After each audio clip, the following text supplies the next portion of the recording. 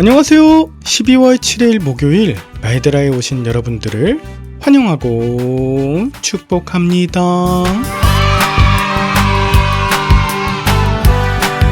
오늘부턴 디도서에 대해 묵상합니다. 디도서는 젊은 교회 지도자가 감당해야 하는 목회적 사명과 역할에 대해 적혀져 있습니다. 바울은 3차 전도여행 이후에 로마로 압송되어 갈 때 그레데 섬에 머물렀었죠.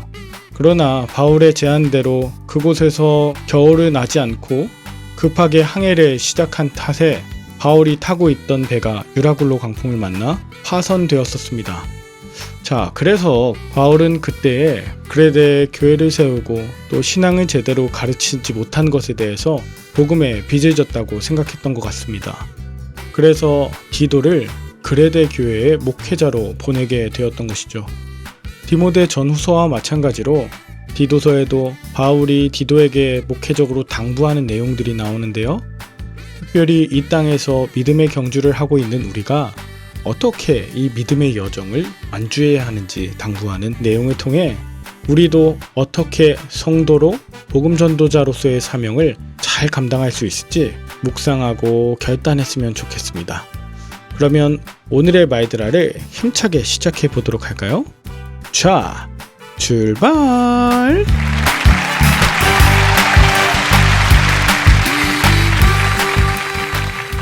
오늘은 디도서 1장입니다. 바울에게는 믿음의 아들인 디모데와 또 하나의 아들 디도가 있었습니다. 바울은 이 디도에게 편지하면서 1절, 자신이 하나님의 종이자 예수 그리스도의 사도가 된 것은 하나님이 택하신 자들을 섬기는 사명 때문이라고 밝힙니다. 사도는 하나님의 말씀을 선포하는 복음 전파의 사명이 있음을 분명하게 하면서 선포된 말씀을 듣고 가르칠 디도에게 4절, 같은 믿음이 있음을 강조합니다. 이 말씀을 전하는 자 그리고 듣는 자, 같은 믿음을 가진 지체라는 것이죠.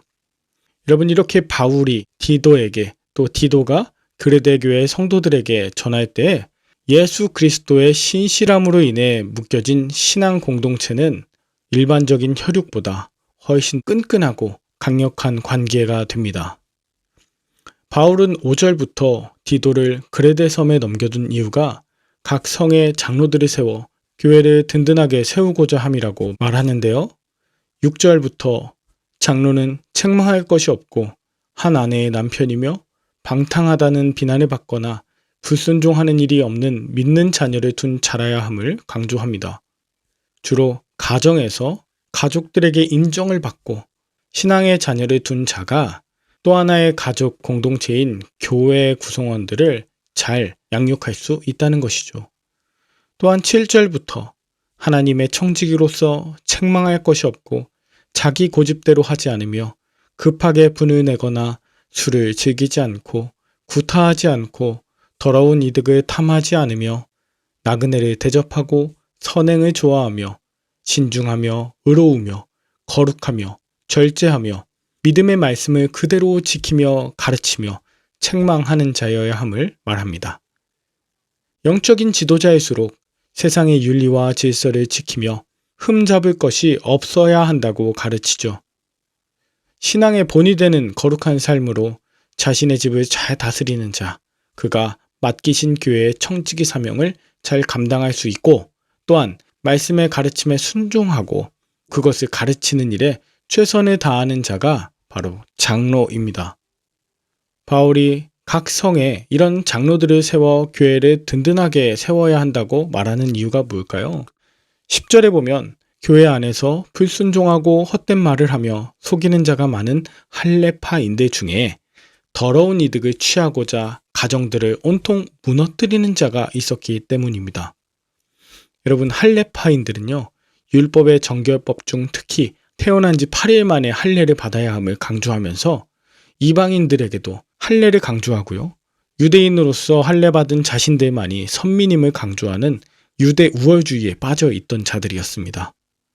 마치 교회 장로 선출을 앞두고 나는 어머니 뱃속에서부터 교회를 다닌 모태신앙인이고 내가 이 교회를 몇 년 다녔고 내가 얼마나 많은 봉사와 헌금을 했느냐며 자기 스스로를 높이는 모습과 다를 바 없는 거예요. 아마도 그레데 교회에도 이런저런 말로 성도들을 미혹하는 자가 스스로 장로로 선출되기 원했던 것 같습니다. 이에 바울은 11절에 그의 입을 막으라 하면서 13절 이런 자에게 속는 그레데 성도들을 엄히 꾸짖으라며 이는 그들로 하여금 믿음을 온전하게 하고 유대인의 허탄한 이야기와 진리를 배반하는 사람들의 명령을 따르지 않게 하라 합니다. 16절 이것은 그들이 하나님을 시인하나 행위로는 부인하니 가증한 자요 복종하지 아니하는 자요 모든 선한 일을 저버리는 자이기 때문에 그렇게 하라는 것입니다. 즉 교회가 다시금 할례와 율법으로 돌아가게 만들어서 구원받은 그리스도인들의 신앙 공동체가 아니라 다시 집단 유대 우월주의에 빠진 사람들의 모임으로 전락하지 않게 하기 위함이었죠. 또한 바울은 이런 할례파인들을 꾸짖는 것이 아니라 오히려 그들에게 속는 그레데 성도들을 꾸짖으라고 합니다. 그것도 엄히 꾸짖으라고요.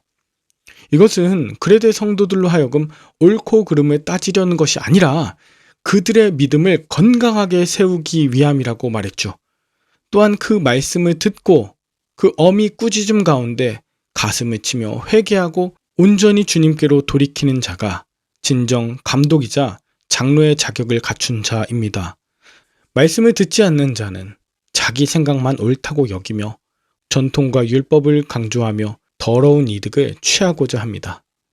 그러하기에 내가 먼저 하나님의 말씀을 귀 기울여 듣고 순종하는 것이 가정과 교회를 거룩하게 하는 비결입니다.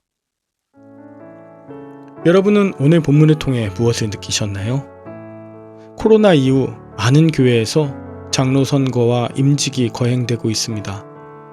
어려움 중에 신앙을 지키고 삶을 통해 신앙을 증명하신 분들이 선출되었으리라 믿습니다. 그런데 일반적인 장로의 후보 조건 중에는 주일 성소를 비롯한 예배 생활과 11조를 비롯한 헌금 생활이 가장 중요한 요인입니다.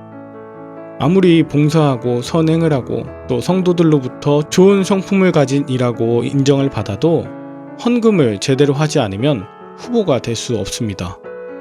여성은 장로로 뽑지 않는 교회가 한국 교회의 거의 절반에 해당하기도 하고요.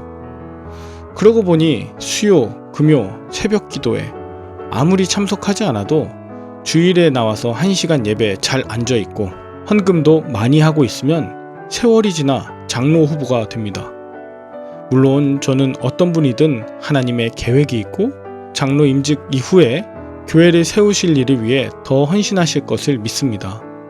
그러나 오늘 본문에 의하면 장로의 가장 중요한 자격은 바로 말씀을 사모하고 순종하며 행하는 자입니다. 그리고 이건 하루아침에 그리고 장로가 되면 그렇게 하겠다고 하는 게 아니죠. 이전부터 말씀을 귀 기울여 듣고 또 한 구절이라도 살아내고자 하는 것이 쌓여 있을 때 장로로 임직받는 것 아닐까요? 저도 아직은 어리고 또 젊은 디도와 같은 목회자이기 때문에 이런 말씀을 드리는 것이 조심스럽지만 저도 목사 안수를 받았을 때 제가 목사가 되었다고 여기지 않았어요. 그리고 지금도 마찬가지입니다. 제 주변에 있는 저를 가르쳐 주시는 수많은 성도님들과 또 기도해 주시는 여러분들 덕분에 저는 계속해서 목회자가 되어 갑니다. 마찬가지로요. 제가 먼저 하나님의 말씀에 순종함으로 목회하면서 먼 훗날 사랑하는 영적 아들과 같은 자가 목회를 하고 있을 때 이렇게 직분자를 세우는 바울의 이야기를 다시 한번 들려주고 싶습니다. 말씀을 사모하고 순종하며 행하시는 여러분들 모두 다 교회를 세우는 성도님들이심을 기억하시길 바라며 함께 기도할까요? 하나님 아버지, 각 교회마다 장로라는 귀한 직분을 주신 분들을 축복하여 주옵소서. 말씀을 사모하게 하시고 성도들 대접하기를 주님께 하듯 하게 하옵소서.